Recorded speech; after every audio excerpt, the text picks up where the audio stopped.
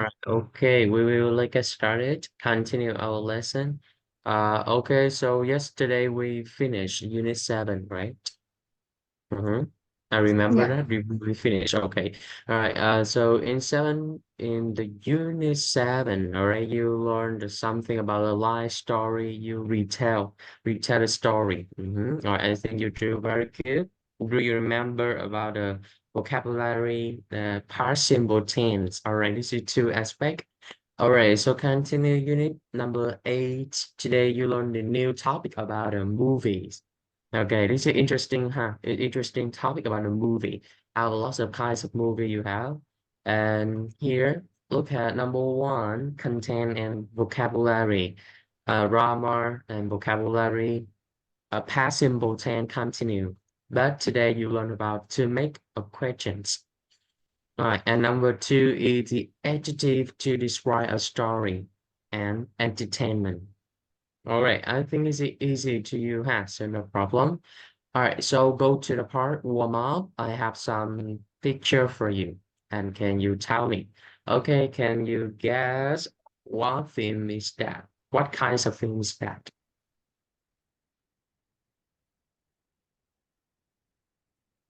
Ờ, tấm hình nào hả? Yes, for picture can you see? No. Slide nó không chạy Đâu, hả? nó vẫn ở cái content đó hả? Oh, okay, okay, rồi, nó qua số 3 rồi nha. Okay, in number 3. On slide number 3. Dạ. Chỉ bức tranh nào hả? Four pictures. À, Thấy không? Four picture, right? So tell me what kinds of film is there? I think first one is Mm. chim hài với hài thì em quên từ nó là cái gì. Ờ, Okay, so don't remember in English, right? Okay, all right, continue number 2. Okay, I second got one you in a thì bit. nhưng mà phim tình cảm. Ờ. Từ từ em không nhớ gì hết trơn. Thứ hai Mm-hmm. là men.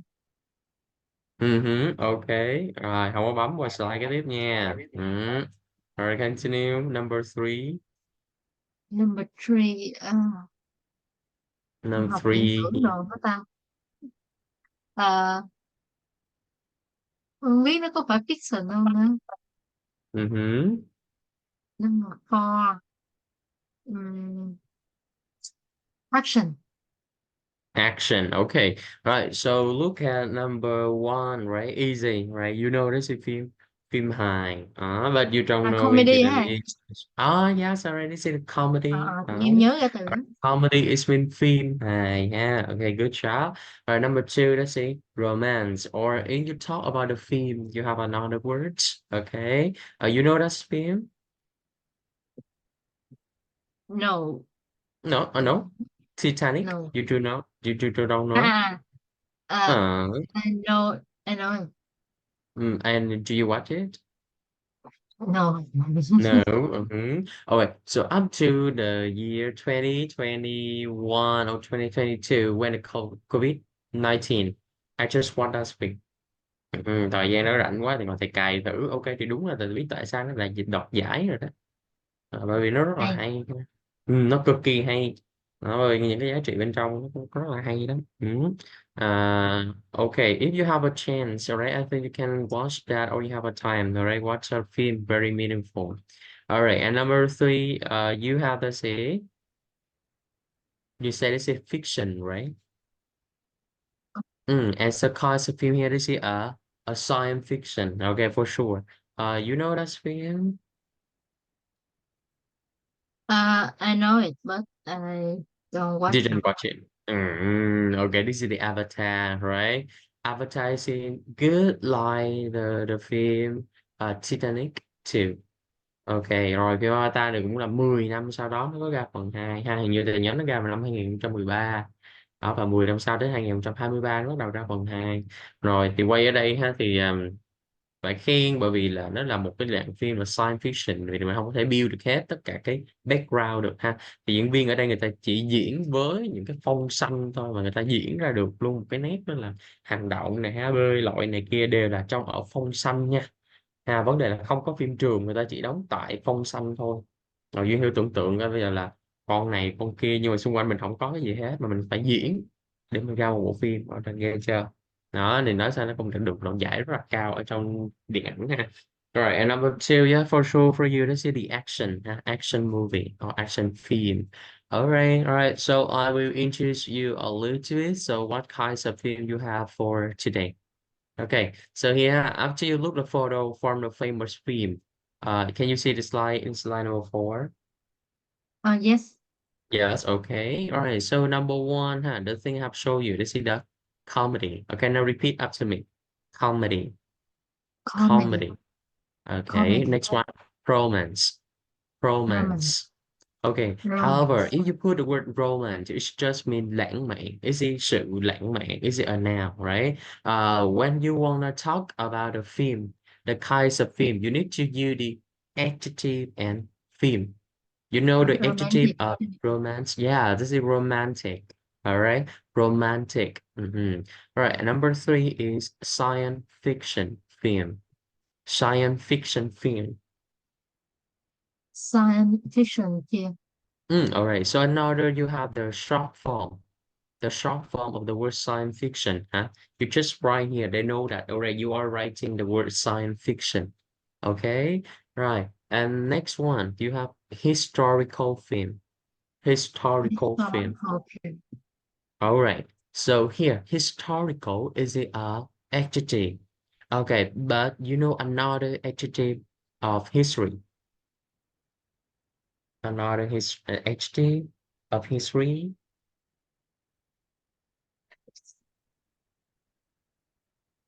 No. Okay. No, I think you know that. All right. So you have history, right? History is a noun. All right. All right. So the first adjective of the history you have, that's it, historical. Okay, this is the second adjective. Okay, and you have another, that's it, historic.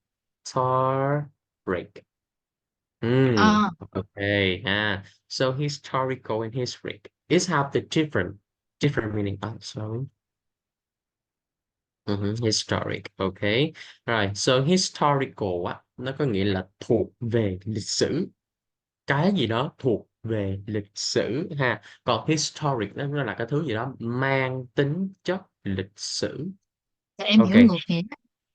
Ngược nghĩa hả? Rồi historical thì thuộc về cái gì đó ha. Historical là thuộc về cái gì đó. Rồi như là bộ phim này nó thuộc về lịch sử, được chưa? Rồi một cái vật gì đó mang tính chất lịch sử, ví dụ như một cái địa điểm đó mang tính chất lịch sử, nó khác, được chưa? Rồi ở đây mình có thể cũng hay bị lẫn lộn, nhưng mà mình xét về nghĩa tiếng Việt thì mình sẽ phân biệt được nó ha. History and historical and historic. Alright, remember you have the stress and historic. Historical. Okay, All right, remember pronunciation. Oh, sorry. All right, so move on. Next one, you have the word action film. Easy, huh? Action film. Action film. And Action. adventure film. Adventure Adventure film. film. Okay, all right. You know the adventure film in Vietnam? No. Easy. I think when a child array 6 or array 5, I think you know that. Phim thám hiểm, như phiêu lưu. Em có xem phim mấy rồi. Dễ màng phiêu lưu ký. biết, Mhm. biết tên chứ không biết. Ủa cái đó có phim á hả? This is just the story, and after that they make a film, but it's not published. Okay, it's just public for the children. It's not for the a young adult, right? Nó chỉ là xuất bản thành phim, và phim cho dạng của là em bé thôi ha. Thì đó mình nó vẫn dạng là một loại là chuyện là một bộ phim phiêu lưu, đúng không? Alright. So and you have another film in US, UK, or some country in abroad. It's not in Vietnam. In Vietnam, the concept in here is not developed. Okay, and then some kinds of film in Vietnam, you have the romance, romantic, comedy, and action movie. This is some film you famous in Vietnam. When you contribute or dedicate in film industry, you need to focus on so what market you in. And after you develop. Okay, okay. All right. So can you think of a film for each different category?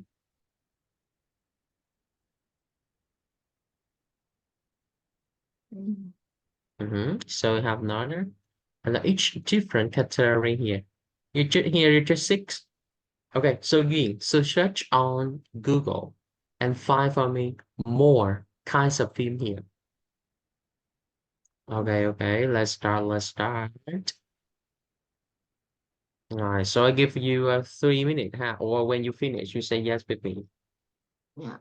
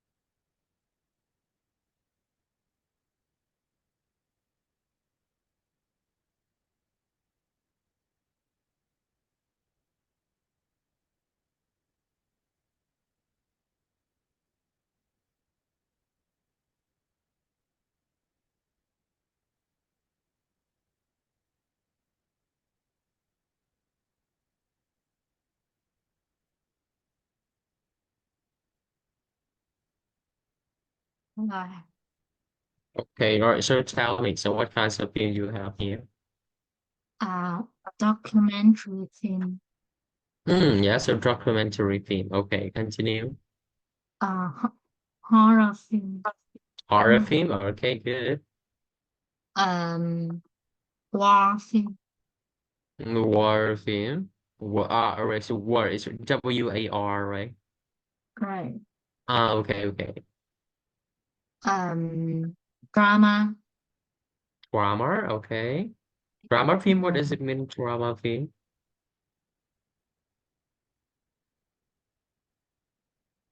Drama Mấy film. phim What is Hàn it? cái này nó hay gọi là thể loại là drama.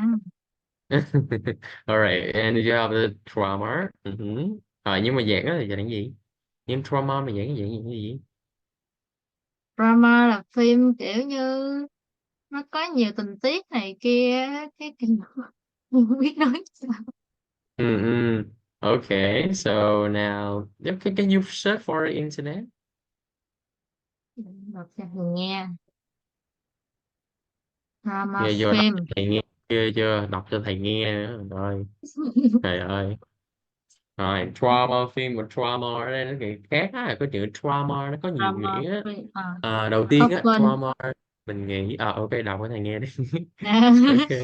Often include realistic setting and denying conflict between one or more character and themselves. Order Ừ. of Force of Nature. Mình cũng không hiểu lắm. Ừ. Okay. Rồi ở đây drama mình sẽ có rất là nhiều nghĩa ha, thường là sẽ là dạng như là rồi giống như dạng của phim của Duyên nói ha, đó là dạng là drama. Rồi ngoài ra nghĩa drama nghĩa là kịch, hài kịch, vở kịch á, nó có một cái nghĩa khác nữa. Ok, rồi tùy thuộc trên ngữ cảnh đó mà mình sẽ đưa cái loại đó vào. Cái thường thì drama phim nó sẽ có hai loại nha. Ok, alright, continue. Anything else? Crime, crime, ta không biết rồi. Ừ? What? Crime, crime. Phim gì thể loại tội phạm á này? Crime thing. Crime. Okay, got you. Okay. All right, and anything else? À, em có thấy một cái nó ghi là Fantastic mà em không biết phim gì. Nó là thể loại phim gì? Fantastic. Fantastic là phim gì? Phim thú vị là phim gì? Ừ. Em No. không biết nó ghi, Uh, nó có ghi. basic. All right. So basically, the some kinds of film you know for today, right? The first one is vocabulary. Okay. All right. So the 2A. All right. So five there are opposite in the box. Okay. So you have a two box. All right. So I say first one is boring and interesting. Okay. Boring and interesting or exciting. Huh? So continue list into for me. All right. Two kind. Huh? The table. Number one is boring. And number two is exciting. Rồi, xếp những cái dạng cùng loại với những cái chữ này vào một ô cho này. Okay, understand you Yên? Dạ. Okay, right. Okay, right. Do it.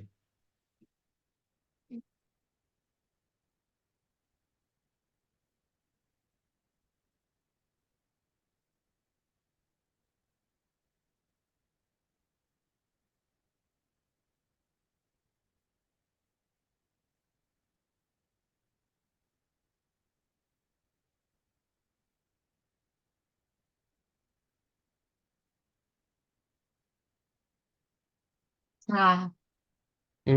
Okay. Right. So now let's tell me number one. All right. In the column boring. Boring, sad, serious, frightening, Sorry, slow. sorry. So I read the requirements not good. Find a bare opposite in the box. It mean tìm những cặp trái nghĩa. Sorry. Những cặp trái nghĩa. Dạ, rồi. Chị em thấy nó cũng Rồi. là gì. Ở đây nó sẽ bị Thấy vậy có sợ lẻ một hãi cặp thường. nha. Ờ, ở đây sẽ có một cặp bị lẻ ha, thì đó cái từ đó mình sẽ liên kết một cái cặp khác cũng được. Ok,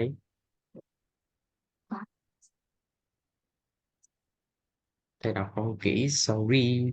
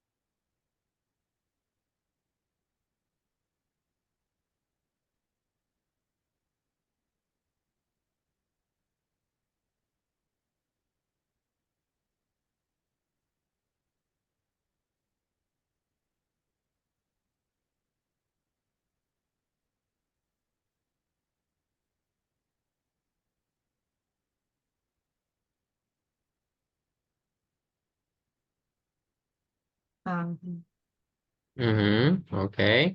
All right. So now number one, appear number one.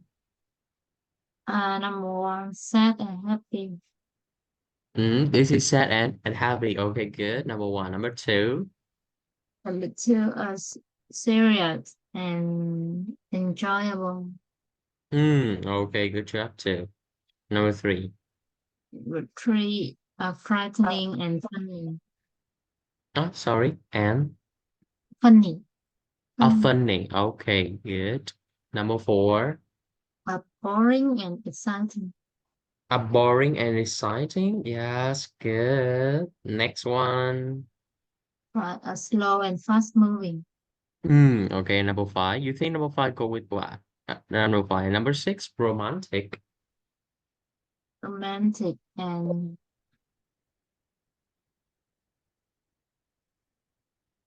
Romantic. Romantic nếu mà xếp theo cái loại khác được không? Thì xếp không lẽ là lãng mạn với không lãng mạn đúng không? Thì ở đây thì nghĩ nó sẽ nằm một cái loại riêng rồi. Đúng không? Nó sẽ nằm ở một cái loại khác ha. Romantic hay là drama. Thì nghĩa là romantic sẽ đi chung với drama. So okay. Được chưa? Rồi, okay. So now have you do the exercise number 2B. Okay, rồi làm có thể giúp B ha. Rồi, sau đó mình làm luôn có thể ở slide 5 và slide 6. Đợi thì lấy đồ cái này thì lên liền. Okay. Ha. Right, okay, sorry ha. So happy to be slide 5, slide 6. Okay, happy to it.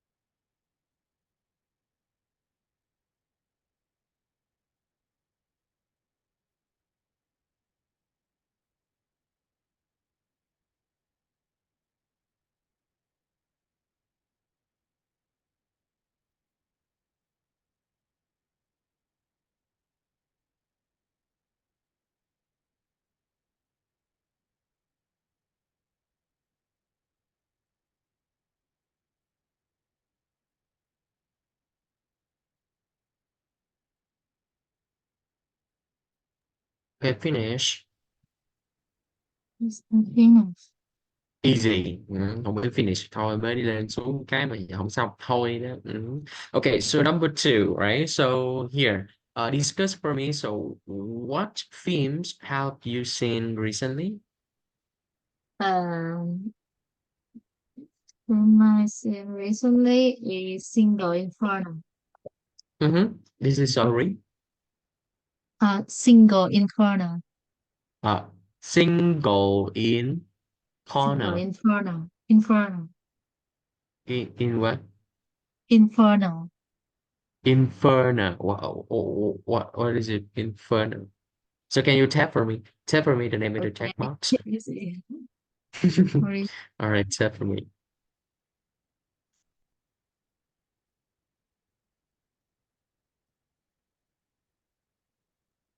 Inferno. What does it mean in Vietnamese?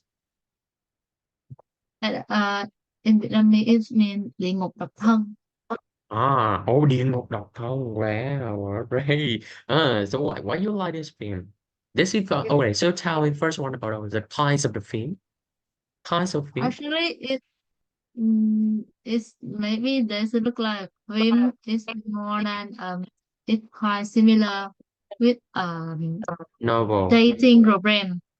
Dating program. Dating program. If you want your dating, right? You want to date to Because someone? You want to it is meet? really Okay. attractive. All right. Is it is it at the career? Oh, okay. All right. So right now, do you know the phim gì ta? Cô hai cưới chồng của tôi hả? Do you know that film of career? Marry my husband. I Yes, yes, I marry my husband. Wow, is it the Kim? Wow, wonderful film, right? So what kinds of film like that? like that. Mm-hmm. Uh, Drama. Drama, yes. Okay, it's just a part. Another one? Phim khác là That's hay. film. It's not just only drama. So anything else? Now, what characteristics so does film have? Is it I don't combined? watch this Combined. film, so I don't know. You didn't see, right? Okay, so the kinds of film, yeah, for sure, is one the drama, and the second one have the feature of science fiction. Because why? Because she revivals when she tái sinh, hồi sinh. So in this film, because so that film is make from by novel.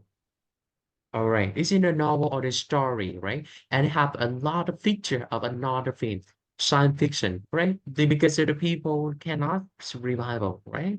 Okay, all right, and romance. All right, it's have the romantic feature on the film too.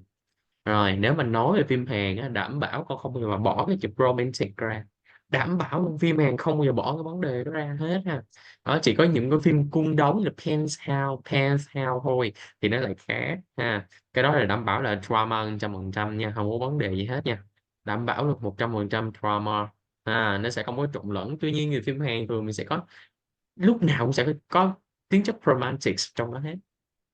Mm-hmm. Right, okay. And so in when you watch and the film Single Inferno, all right? So which adjective you describe them? Do something Uh, adjective here to describe them. Excited. Excited, Attractive. attractive, Nervous. yeah. Nervous. And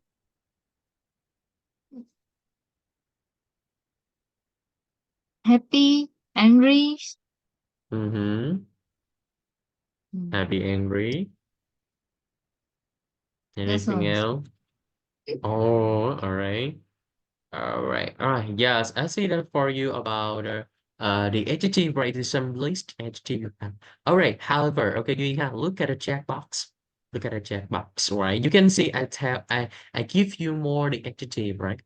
Maybe you have screenshot or write something in your notebook or your iPad, right? To use that to maybe use the adjective here.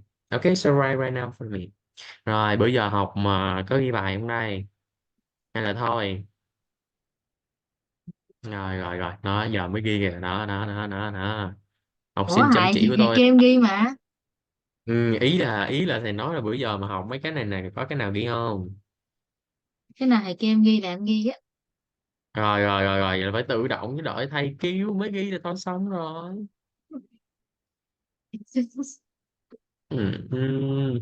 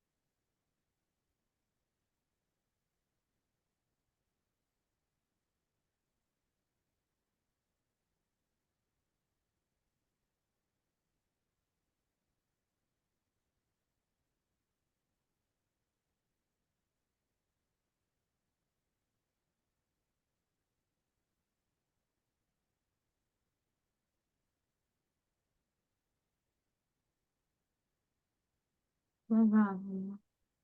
Goodness, right? Anh xin nè. Okay, so here I just list for you about the positive, huh? Just positive, the entity. Like out. Okay, so read for me all the words. Uh, outstanding, touching, intense, insightful, comical, charismatic, enjoyable, powerful, fascinating, pleasant, imaginative, legendary. Một cái từ cuối như thế. Đúng đúng. Mm-hmm. Okay. All right. So you have the outstanding. All right. So synonym of the word outstanding, synonym of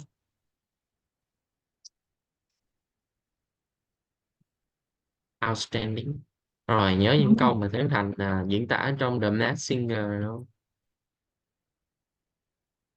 Outstanding, wonderful, magnificent, world class, Em có coi đó. esme, esme, wonderful, Tuyệt vời outstanding is đó in này. okay, it's mean tuyệt vời. Nhưng cái mức outstanding này nó tuyệt Cũng vời còn hơn đó. hơn. Đúng rồi, nó hơn cái mức đó. Rồi bây giờ mình có good nè. Good, alright. Wonderful. Alright, so good, interesting, wonderful, amazing. Go to outstanding. Magnificent, world class, blah blah blah blah blah. Nó sẽ theo mức độ ha, đều một nghĩa nhưng mà mức độ dùng từ nó sẽ khác nhau. Nhau đây sao? Alright, so number two, touching. Alright, so touching easy. So maybe in the family film about a mother and a son, or in the something in the family, like the film 1998. Do you watch that? Reply 1998. I should know it. To know but don't watch. Uh, I I, don't I like. think or you are the person to not like watch a film, right? Yeah, I don't like watching film, but I like listen to music. Oh, really? Okay. So I really love watching film, but I don't have time. I just Yeah, want I don't time. have time to. You just listen, right?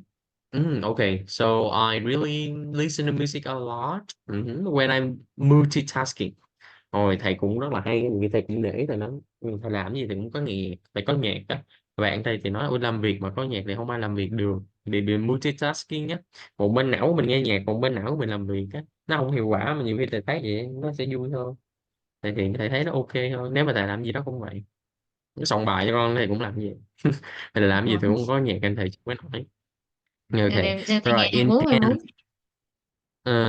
Okay. Rồi, intent, insightful, comical, charismatic, enjoyable, powerful, fun, fascinating. Fascinating, what does it mean? Fascinating? No. Fascinating nói chung là means. ai không không không nhớ rõ đó, nhưng mà nhìn cái từ đó quen á thầy. Rồi nếu nhìn quen cái từ này nó sẽ giống như chữ fantastic. À, nó cũng là FA đầu ha, rồi cái ý chỗ này là lôi cuốn, cuốn hút. Okay, right, pleasant, imaginative, and legendary. Okay, so I have three words here for you. Okay, you can look at your checkbox now. Okay, can you see the thing I trust and the theme here, right? I see a heart here. All right, imaginable, imaginary, and imaginative. Okay, do you know the different thing here? So what kinds of form here? What form of the verb here? Of the words here? First one, uh, check, checking. Mhm. Continue. Next one is now. Now, No, no. mm, All of them are uh, all adjective. of them are, yes, all right. All of them are adjective. Okay. So why? Why is it the adjective, but instead of one word and you have a lot of adjective? You know the meaning? No. No Ừm, chứ. Ok rồi, cái này là hồi xưa nếu mà học lớp 12 ha, mà mình học kỹ lắm ha. Rất, rất là kỹ luôn, bởi vì là khi trong lớp 12 thì mình thi mình nhớ mình có cái phần sửa lỗi sai nhớ không? Thì theo phân dạng đề mình sẽ có ba dạng đề, một á là dạng sai lỗi câu, hai là sai từ vựng và ba là sai về thì. Được chưa? Thì cái dạng này là cái dạng nếu mà các bạn học kỹ từ năm lớp 12 sẽ có nè. Rồi, đầu tiên ha. Imaginable, what does it mean? Rồi, think up a normal, what does it mean? Imagine is mean tưởng tượng nè. So what do you mean about the imaginable?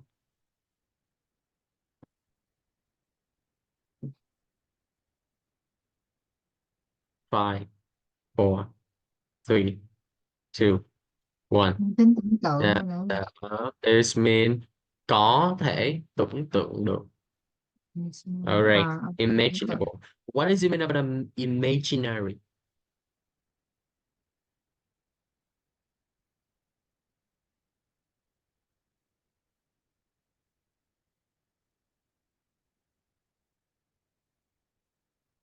Mm. All right, imaginary is mean tưởng tượng nhưng không có thật. Ok. Rồi là cái điều đó đảm bảo không bao giờ xảy ra. Còn những điều tưởng tượng có thể tưởng tượng ra cái điều gì đó có thể xảy ra được. Thì cái này là imaginary, thường mình dùng cho nhân vật. Nhân vật không không có thật. Ok ha. Imaginary. Rồi, what does it mean about imaginative? Ờ, mang tính tưởng tượng, có tính tưởng tượng. Vậy là giống chữ đầu rồi. Cái này là giàu trí tưởng tượng. Đó. Bây giờ ba chữ này có ba nghĩa khác nhau ha. Lưu ý có thể, nhân vật, tưởng tượng và cuối cùng là giải trí tưởng tượng. Rồi, example I like Duyên is imaginative fans. Một fan rất là giàu trí tưởng tượng of the film Single Inferno. Okay. Alright, I can describe using the as verb. Rồi, và thường trong về science fiction ha. Science fiction thì ta sử dụng cái chữ này rất là nhiều ha. Nhưng trong mấy từ này những cái chữ mà khi mình mô tả describe about the film, about the science fiction. Okay ha. Rồi, and someone you have the negative adjective: violent, creepy, boring, disappointing, plotty. Plotty is not plotty ha. Plotty, máu me ha. Plotty. Alright, it's not plot. Right, predictable and uninteresting.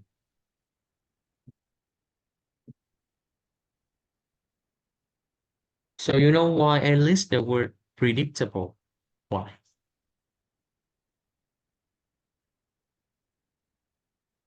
Cho nên nó Why? Why predictable?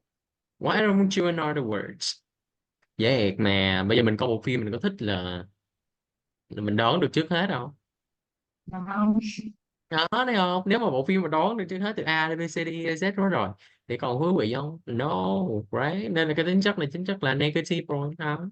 Bộ phim mà đoán từ đầu đến cuối hết thì thôi mình là người đạo diễn chứ rồi chứ người ta làm được diễn làm chi đúng không? Ừ. Okay, ha, predictable and uninteresting. Hi, let's see some verb you have. Right. So you finish for me the slide number 5.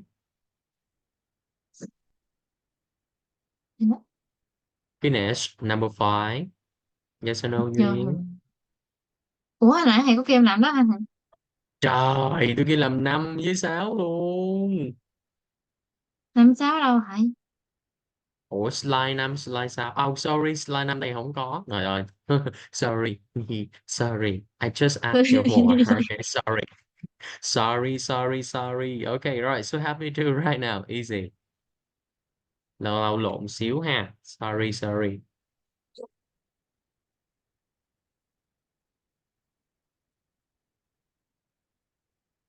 Alright, use the word ha to fill the blank for me.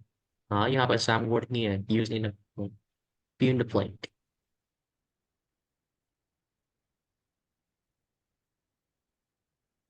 Yes, I'm finished.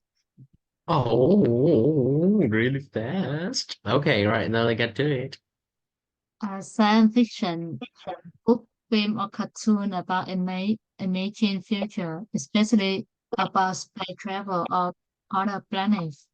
Okay, right. So science fiction has so let's say you have the word is, okay. Is books are books, sorry, is or are book, right? Films or cartoons about an imagined future. Okay, good. Number two. Documentary is a film or television or radio program that gives Mm, facts and information about subject. okay, good job. All right. Do you know any other documentary film?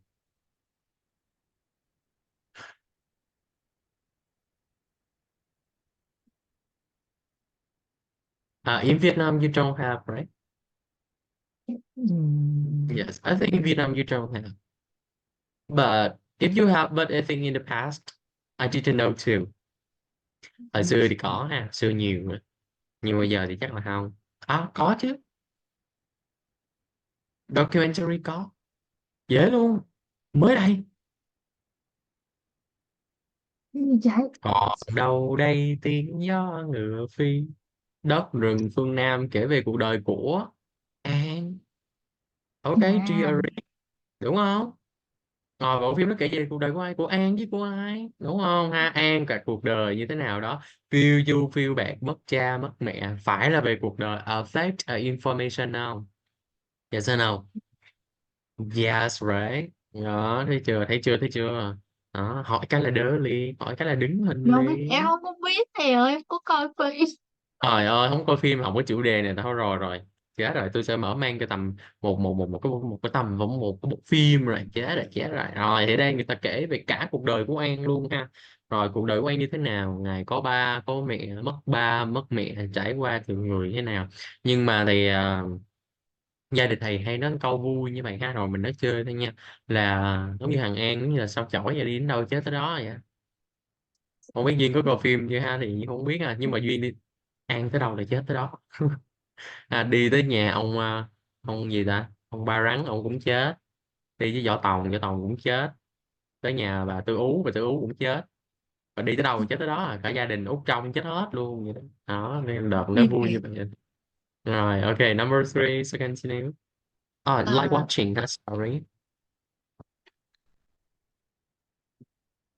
you like you like watching comedy because it's making relax and laugh. Okay, so Mary relax and laugh. All right, do you like watching comedy? No. Oh my God, I do for you, Duyên here, but you don't like. I'm so sad, so sad. All right, number four. Okay, number four. I said, Romeo, Romeo and Juliet had a wonderful love in romantic films. all right, easy, right? So, romantic film. Okay, all right, Đấy, giờ continue. thầy vừa nghe nhạc thầy vừa đánh lên là thầy lộn hết chữ rồi. Sorry. Okay, number five. Anna is interested in a historical film showing past events or set within a historical period. Mm, let's say historical, right? Easy, right? Historical film. Right, okay, very easy. So now move on here. You finished that, right? Rồi, phần này. Rồi, kêu xong rồi, có xong chưa? Hình như nãy em không có nhớ là có cái này luôn, em ngồi em mấy cái Trời kia sao em. ơi, gì vậy? Tôi đi cũng tầm 5 phút mà, tầm vài phút mà. Trời ơi. Ủa? Ừ, tức quá. Tức giận. Tức giận quá. Okay, so here, you have a paragraph, right, talking about the Queen of Egypt, the Egypt, right? But it's not easy to read, ha. So now you try your best to help me read that one. Về sách cái này thì thầy cũng không thấy rõ ha, thì Duyên cố gắng đọc được thầy nè. Okay, so have me first one.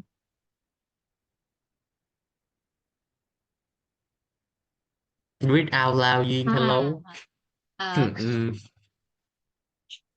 Ừ, Queen of Egypt more than 2,000 years ago. Uh, Cleopatra is a subject of many books, plays, and films. Uh, ừ. what do we really know about her? Okay. Cleopatra, the legend. According to many people, The uh, greatest. she was a rated beauty of ancient time. Um, cái gì vậy trời? The Third, greatest third man of up, third up, greatest, the greatest. cái gì? Không ta? Horse. Third up, the greatest man that the ancient. Ờ, như cái này là thứ ba hay gì á, thầy cũng không nhìn rõ, nó thôi kệ bỏ nó đi. Julius Caesar and Mark Antony fell in love with her favorite Perfect. luxury for taking baths. Cái gì vậy trời? She thought this make her more beautiful. She fought against the Romans after her last battle. She killed with a snake. Kill, I don't know. Uh, Cleopatra was queen of Egypt, was an Egyptian. She was rich. No one knows what she looked like. Only original image from a coin created. Beauty of the ancient. Beauty sign. Cleopatra didn't take a bath in Nile. The Romans only started doing that for mm, years later. She didn't fight against the Romans. She fought with one Roman, Mark Antony, against another, Augustus. Most recent biographer says she used a snake to kill herself. She poisoned instead. Rõ ràng cái gì vậy trời? Mhm. Cái All đọc right, this is không? something about a Kirabata, right? So, okay, here. So, look at the photo and the picture. So, answer question for me. So, when do you think she lived? And, Mm.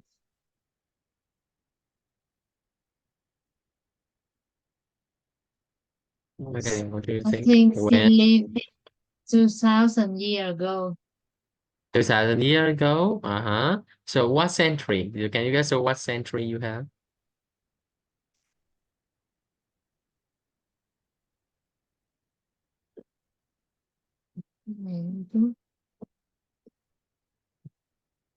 À,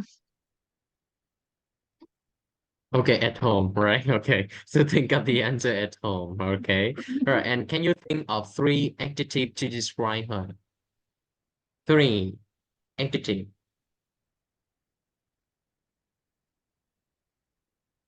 beautiful. Beautiful? Yes, okay.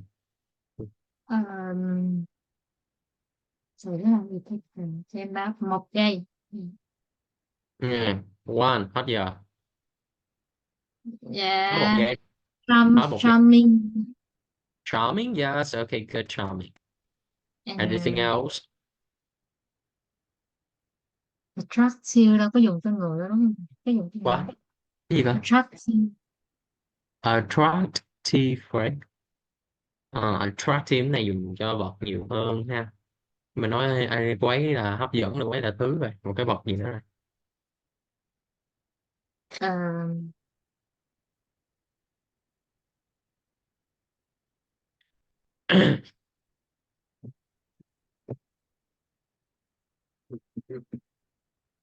Ờ, rồi. Mysterious. Cái đó thật rất có dễ được. Mysterious, okay, mysterious or unique, right? Okay. All right. So after a thousand of years, okay, I think that there's something or some the story in Egypt about the queen or about the king. That's it, the mystery. It's mystery, and this is the secret thing, secret story. Okay, so here you know the pyramid. Ceramic kim tự tháp, right? Is it a lie that too? Is it the secret, a story up to now about the scientist or the biologist? They cannot find the answer. So why, right? So why do people compute that? The some story, is it true or not? But is it just depend on the some thing they found in the past to right now? It's not a 100%, but is it according to the reliable information? Ok, nó chưa chắc là 100% á, nhưng là những cái này nó dựa trên những cái thông tin đáng tin cậy, họ đều được khai thác được từ những cái area gần ở đó. Ok, alright, so alright, I agree with you. So you say the shape beautiful, right? Because so I got they mentioned two times, right? The two time about the beautiful. Alright, so for sure, this is the beautiful one. Alright, about the next one, you have the word charming. Yes, all right. Beautiful only go with the charming. Number three, you have the mystery. Furthermore, you have the word unique or strange. Khác thường. Hoặc là độc đáo về cái cô này, về cái nữ hoàng này. Okay, all right. So here, that's it. Some basic. You have the vocabulary and adjective. Move on. You have that's it, your grammar. All right. So here, so go to first one, go to grammar. So you go to the practice for me. Number one, work and Cleopatra lived around 2000 years ago. Which thing did or didn't people do in those days? All right, okay, you have so true for me. And say the sentence line here. You have the model. They didn't make a phone call, blah, blah, blah, blah, blah. And on that day, what do they have? What did they have? Okay, all right, so repeat that and tell me. 2000 years ago.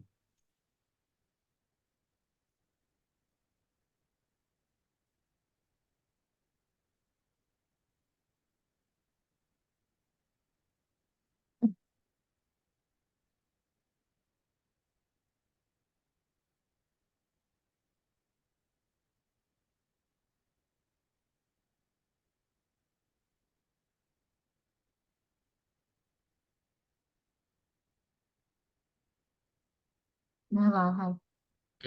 Okay, right. So now tell me, does something happen, something doesn't happen? Uh, they didn't listen to the radio 2000 years ago. Okay, anything else? They didn't drive car 2000 years ago. And they Mhm. didn't go to the cinema 2000 years ago. 2000 years ago, they wear clothes. And 2000 years ago, they get married. 2000 years ago, they write poem and plays. Didn't or Plays. did? Okay. They Or didn't, right? they Hết hồn, did. ủa sao Các bạn 2000 cả. năm xe đâu chạy hay vậy? Okay. They didn't car, right car. Okay, continue. Rất là hay. Ủa sao mà hay? That's it, right? Okay, right. This is something didn't, right? Some didn't do, right? Okay, so now, all right, easy. Rồi, cái này thì dễ rồi đó, cái cũng ra bởi vì đâu thể nào mà 2000 năm mà mấy cái này phát triển được. All right, so number two, put the sentence in the correct form, positive or negative, to make them true for you. True ha, true for you. Okay, Duyên ha, true for you. Rồi, ok, truy positive or negative, phủ định hoặc là khẳng định. Okay, right, do it.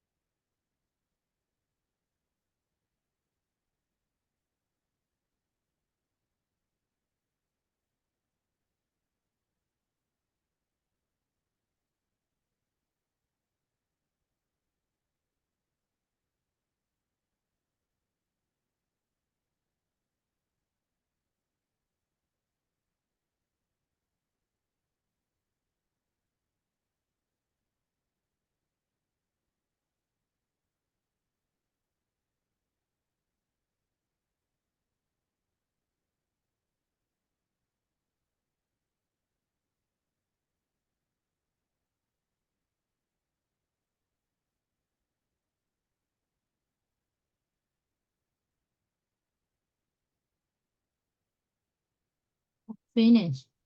Okay, all right. So now talk about you a little bit here. I didn't go out last night. I Okay, I watched didn't go out. You I sure you watched didn't go out? You from your place to go to work and you come back, you said you didn't. no I didn't. Oh no, Yesterday didn't. I don't have to work. Oh, why? Ngày nghỉ á hả? Ủa vậy hả? Ủa? Tuần nào Ngày 5 ngày chủ hoặc là nhật. 6 ngày chứ không có làm hết tuần. Okay, okay, got you, got you. Okay, continue. À, I watched a film last weekend. I didn't go to the gym yesterday. I didn't saw the TV news yesterday. I Mm-hmm. didn't listen to the radio this morning. I didn't read a newspaper yesterday. Sorry. This morning. I don't. I don't listen to the radio this morning. Okay. I I didn't read a newspaper yesterday. I didn't play a computer game yesterday. I didn't Written a buy a lot. magazine yesterday. I didn't ride a car yesterday. I spoke English yesterday. Okay, or written a lot, right? So I just use to do a lot. It's a little thing, right? The little thing in the list here. Okay. Right. So now we need to move on here. You have into the structure of the make a question. Okay, very easy, huh? So first one, in past simple tense, you have a two form to make a question. I teach you today is the yes no question. Alright, easy ha. So number one. Cái này thì dễ rồi thì không có gì khó hết ha. Đối với past form thì mình sẽ dùng chữ did thay vì chữ do và chữ đơ như là present. Rồi, did đứng đầu chữ từ và đến động từ nguyên mẫu. Trả lời là yes, did hoặc là no, didn't. Ok, quá dễ. Rồi về what thì mình sẽ bỏ những cái typical question. What, where, when, what time, who, why, how. And continue did and subject verb there. Rồi cái này dễ nha nên là nói nhanh nhanh lúc lúc ha. Rồi and here move on you have the okay. So now Duyên ha, I want you make for me one question about yes no question and one question using the typical question. All right, so true for me.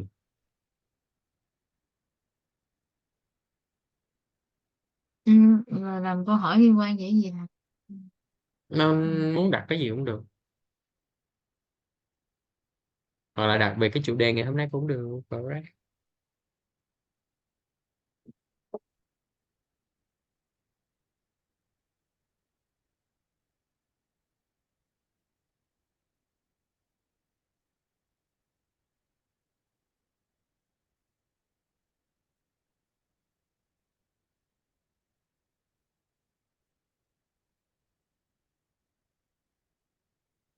Okay, so what is your question here? Number one. Uh, did, did you go to did you go to travel on summer? Go to travel. Oh, Go to did travel. you go to travel? in last summer. Mm. Go is it a verb? Travel is a verb. You say travel which mean đi du lịch đó hả? I wrote, yeah. You just say Wrote did you travel? The okay. travels mean đi du lịch. Okay, ha. Rồi, did you travel last summer? Go to travel. Is it Vietnamese? Rồi, đó là tiếng Việt nha. Ha. Rồi, did you travel last summer? Okay, so no, I didn't. So continue. Um, how how did you think about Korean? Mhm. Korean, right? I think I thought they beautiful. Alright, so right now I thought they beautiful too. Alright, thế bây giờ thì cũng như vậy mà I has thought they beautiful too. Okay, alright, this is question. So now have me to practice number two Yuying. Alright, so order, right? So make reorder the word into the correct sentence. Rồi, cái này là làm 1 phút 30 giây. Practice number two. Quá trời là ngáp rồi. Thầy ơi, thầy ơi, có một Quá trời là ngáp rồi.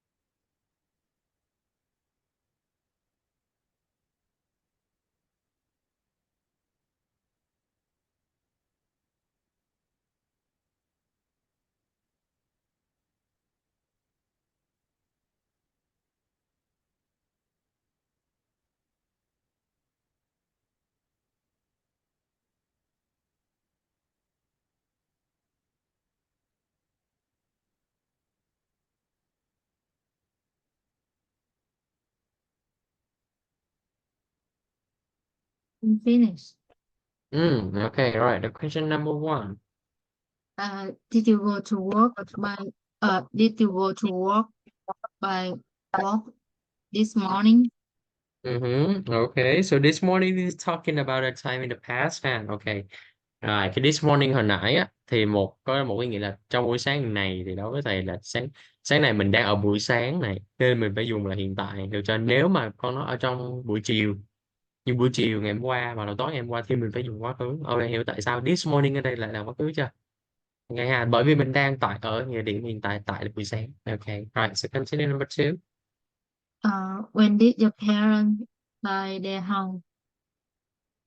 Where did your parent buy his house? Okay, when? Or you have that house from the past?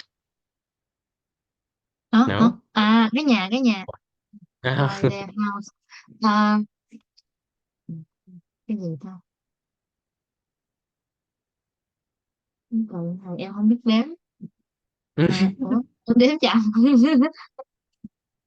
About 10 years ago. 10 years ago. Okay. All right. Number three. Uh, where did your father work? Where did your father work? Okay. Number four. What did you do last night? Okay. What did you do last night? I call video and talk with my best friend.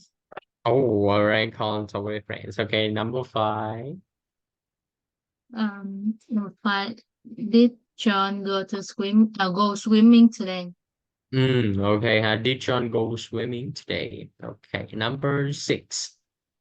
Did you have a good weekend? All right. Did you have a good weekend? Yes. Absolutely, Yes. because this Uh, weekend I don't have to work. yes, okay. This is the happiness thing, right? You didn't go to work, sleep at home. Okay. Lay down on the bed on time. Okay. All right. Number seven. Where did she go to university? Okay. Number seven. Number eight, sorry. Uh, did you go to school with your sister? Oh, did your sister go to school with you? Okay. This your sister go to school with you. Number nine. Uh, when you were 10, did you like sport? Okay, so here. Oh, When you were 10, did you like sport? Okay, the last one. did the book get good review? Did we get it with you? Okay, right. So I'm happy to the complete number two. Huh? Read the answers and make a questions for me. Okay, read the answer and do for me the question.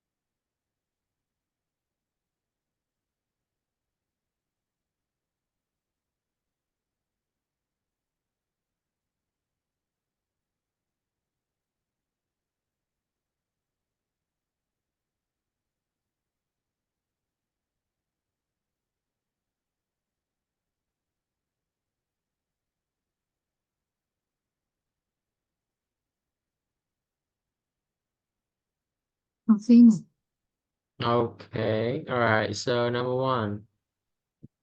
Uh, when is your last holiday? Continue. Alright. Sorry. Ở đây thầy không gạch chân thì mình cũng không biết là mình làm cái gì ha. Rồi nhưng mà đây dễ nè. My last holiday was in August. And you say when?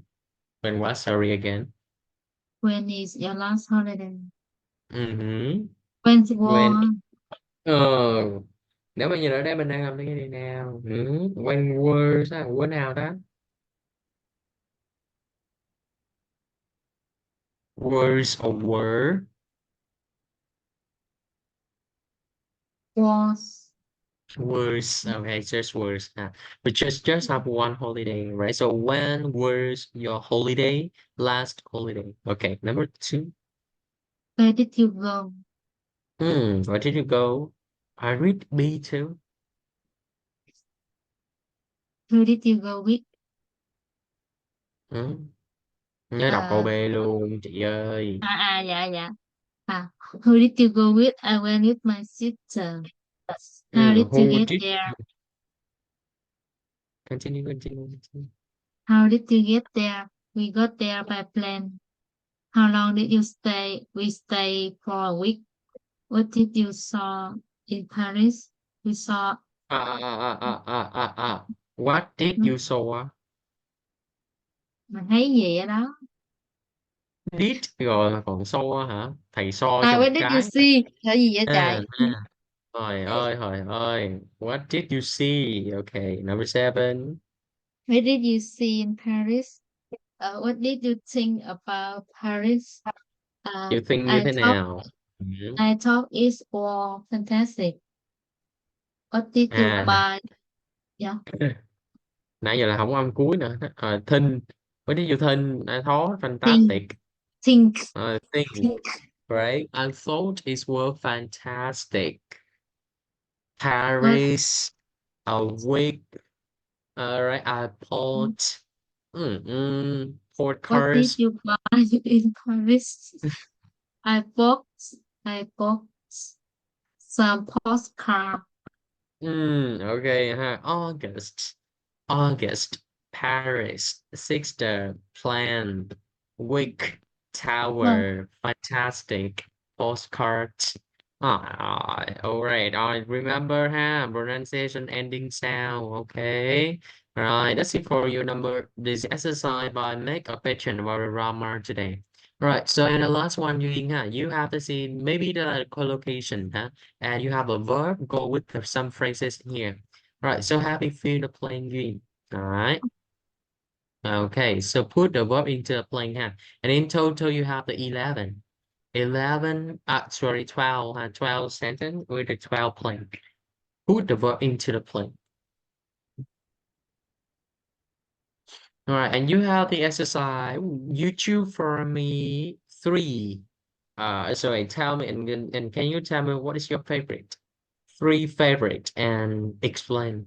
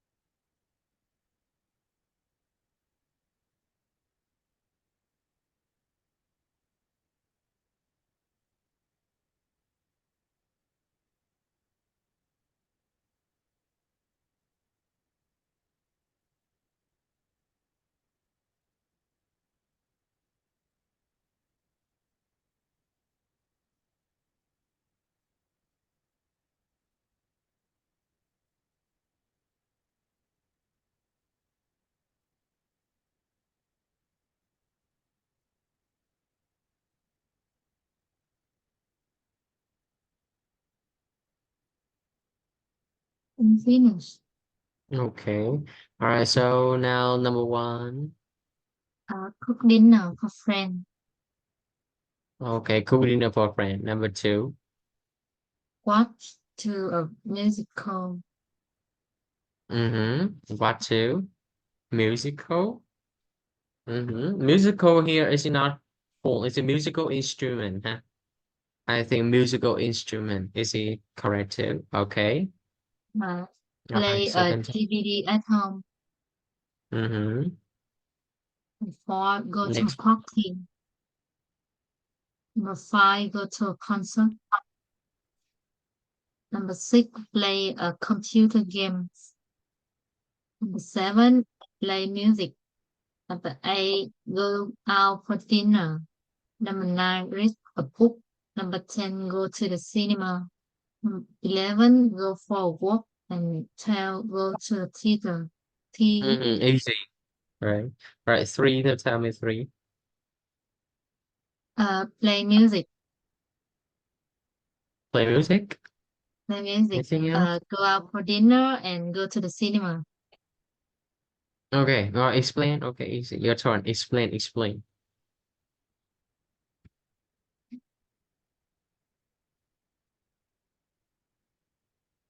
I Don't know. like Explain. I like playing music because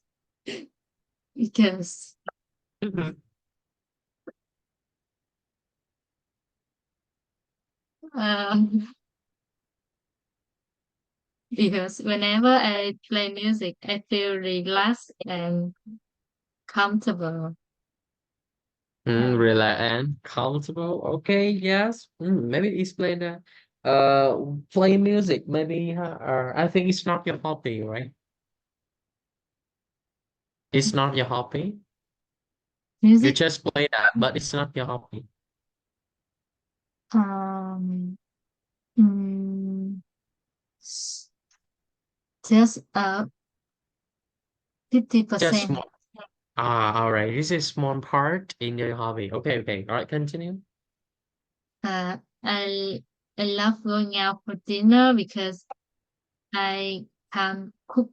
So go That. out for dinner is a perfect cái gì ta? Cái gì? Là một Cái gì sự lựa ba? chọn tuyệt vời nhất rồi đó thầy. Trời ơi, so bad choice. This is the À best đúng rồi, tự choice for nhiên me. không nhớ luôn á thầy, em cứ nhảy cái So, chữ gì đâu, không uh, chữ chữ khác also, không. why you don't say why you don't cook by yourself? I think you cook better. Mm, I just can cook some basic one. So if I go with my friends, I think it is better if when I go to restaurant. Wow. Okay. You go to the restaurant. I think one time you go to the restaurant, you can cook three meal at home. Okay, for sure, right? You agree with me? Okay. So one time go to the restaurant, you can cook. Okay. When you go to the Korea and the value of the money, right? Is it over than Vietnam? One won is 20 Việt Nam đồng, right? Mm, about 19 or 19, 10. All right, so 1920, okay, maybe that, right? Like Japan, all right. So Japan in is just about 20 or 19 too. All right, so I think okay, so in when you go out, right? How much money do you spend? So basically, all right, basically go to Hmm, 400 Việt Nam đồng. 400 Vietnam đồng per one. A lot of money. Really? Just for it, 400. not Just you for know, it. not for drink Okay, and so like the service fee. no, No, in no, Korea not don't have have. service fee. Okay, okay. You just have just eat, right? Okay. Maybe in the restaurant in Vietnam too. I got that they have the percentage about service fee and about the VAT. It's mean tiền thuế. Do you got it? Uh, it is gì ta? Rồi tiếng Hàn rồi. Đúng rồi, nó nhảy tiếng Hàn thầy ơi, nên là em mới đau đầu đây nè. Ý là em nói là Ừ. nó bao gồm trong cái tiền thức ăn luôn á thầy, chứ Ừ. nó không có ghi là VAT riêng À, ra.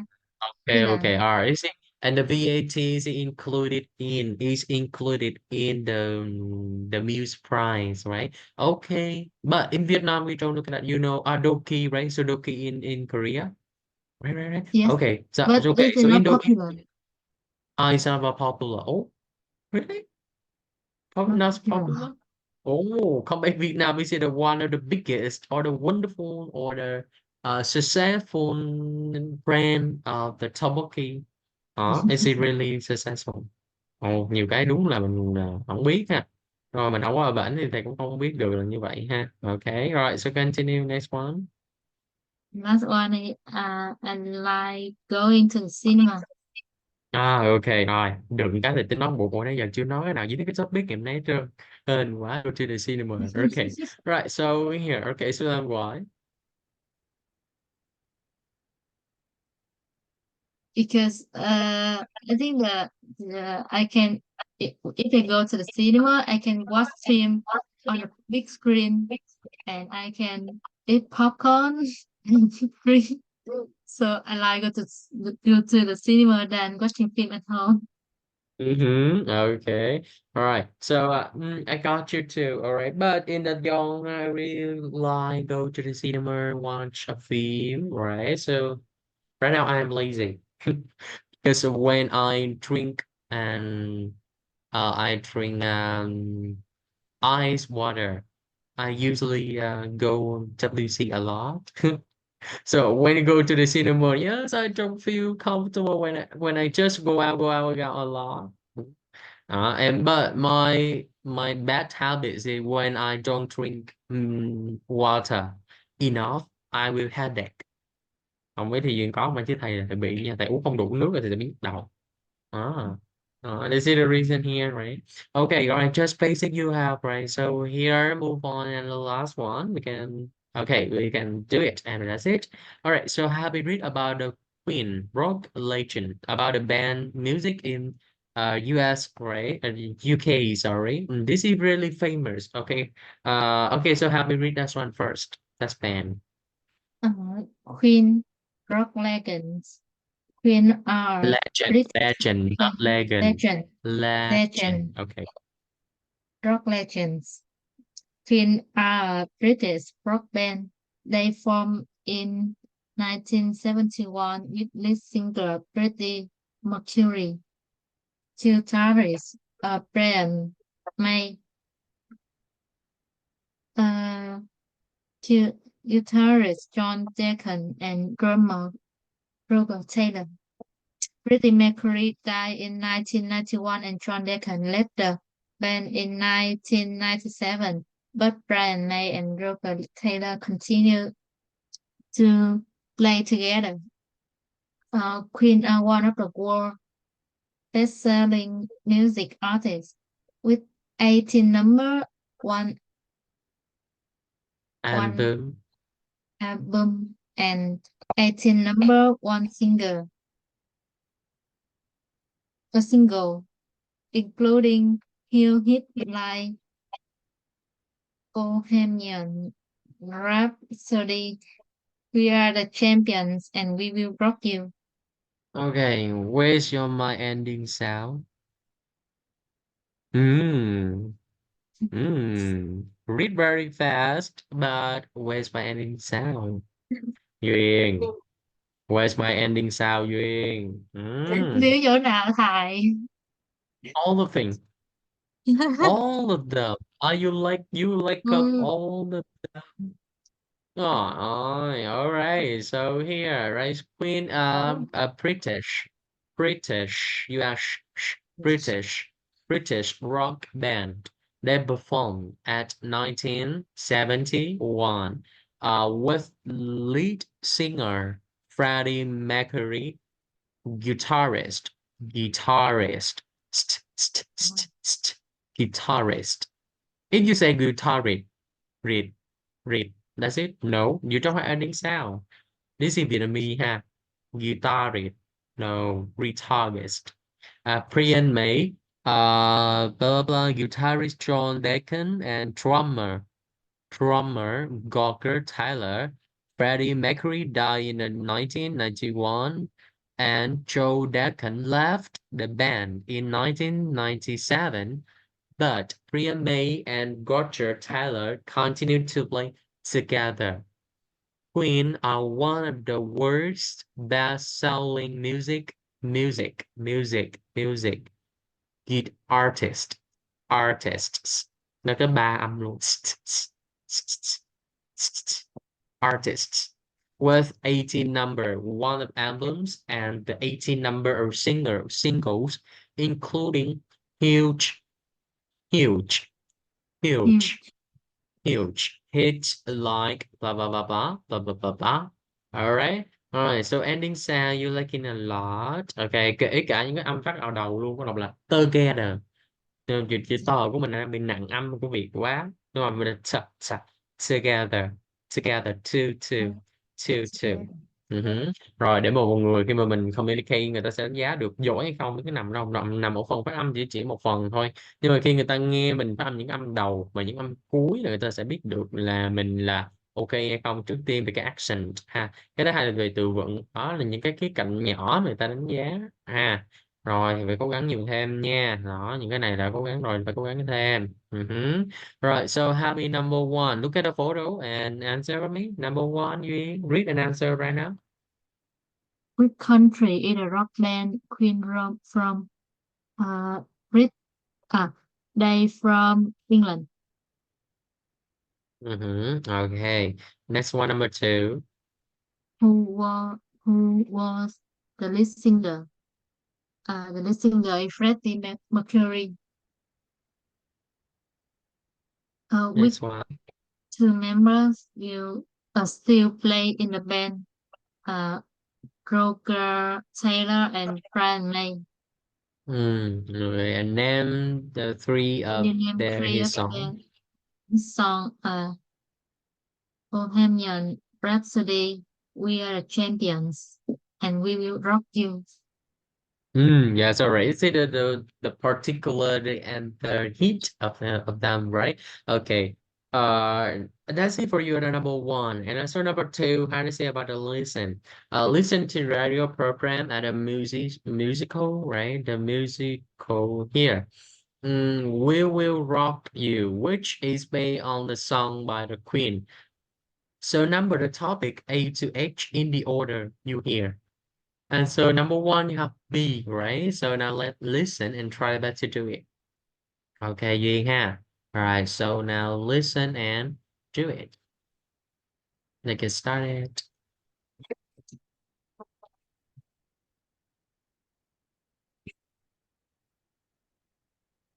Ủa, không có tí này hả? Oh, sorry. Quên. Thành nó, ôi, Thành nghe nhạc quá dữ bên đây. Sorry. Rồi, Unit ok. 8, Recording 1.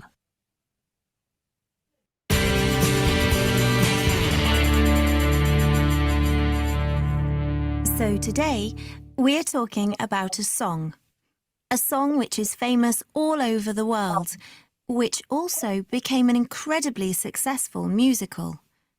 Tony Jenkins is here to talk to us about the song and musical, We Will Rock You.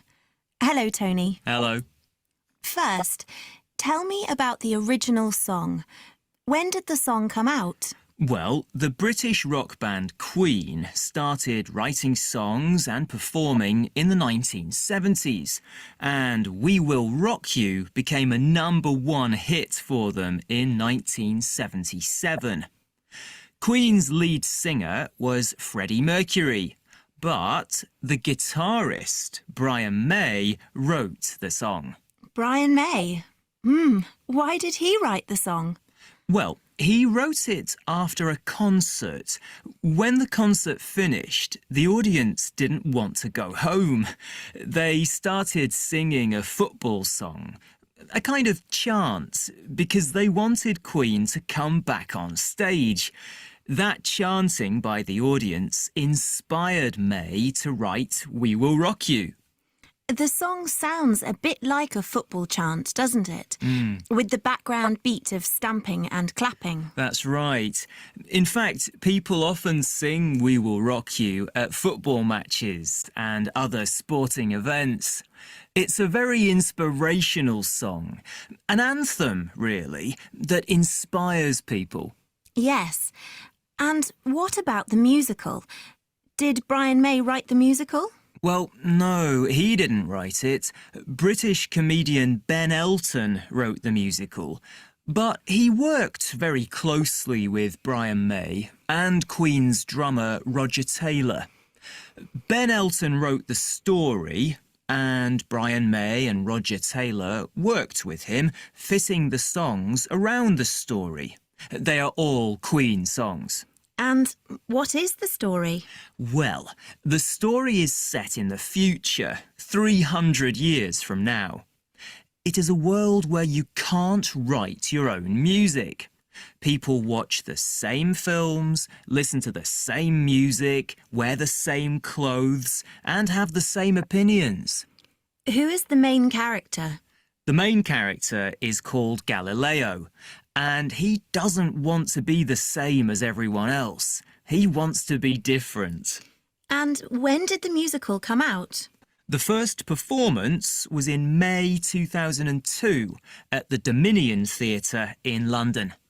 Did the musical get good reviews? Well, actually, no. The critics didn't like it at all. Really? But the audiences loved it, and they still do. Over 10 years later, it's still playing in the same theatre in London and in many other countries in the world. Where did the musical first go on tour? It first went to Australia in 2003 and then to Japan in 2005. Since then, it's been to many other countries, including Spain, the USA, Russia, South Africa, Italy, Sweden, Singapore, South Korea, many countries around the world. And where is it showing at the moment? Well, it's still going strong. Okay, can you do it? I'm not sure. Okay, so listen again, huh? Check the answer. Unit 8, Recording 1.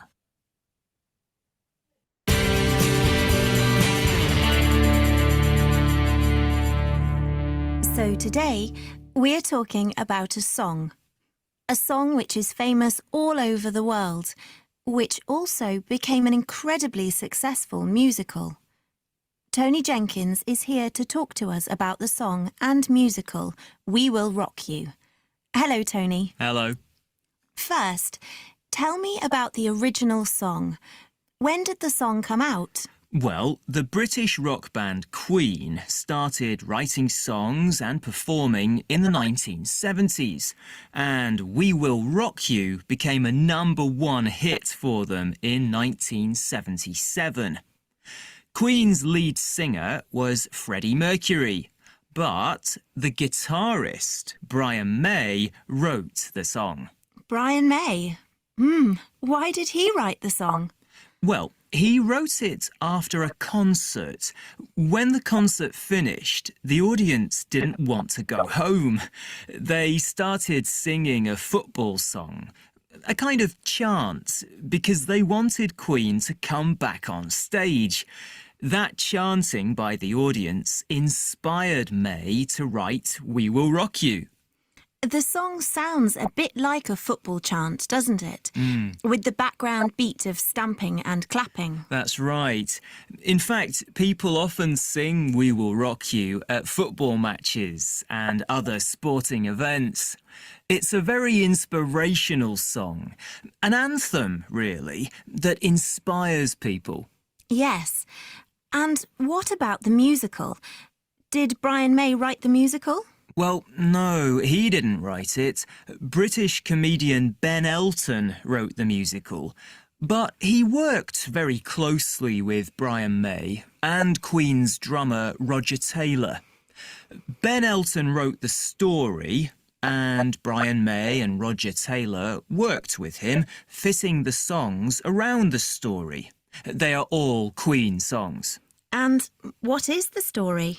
Well, the story is set in the future, 300 years from now. It is a world where you can't write your own music.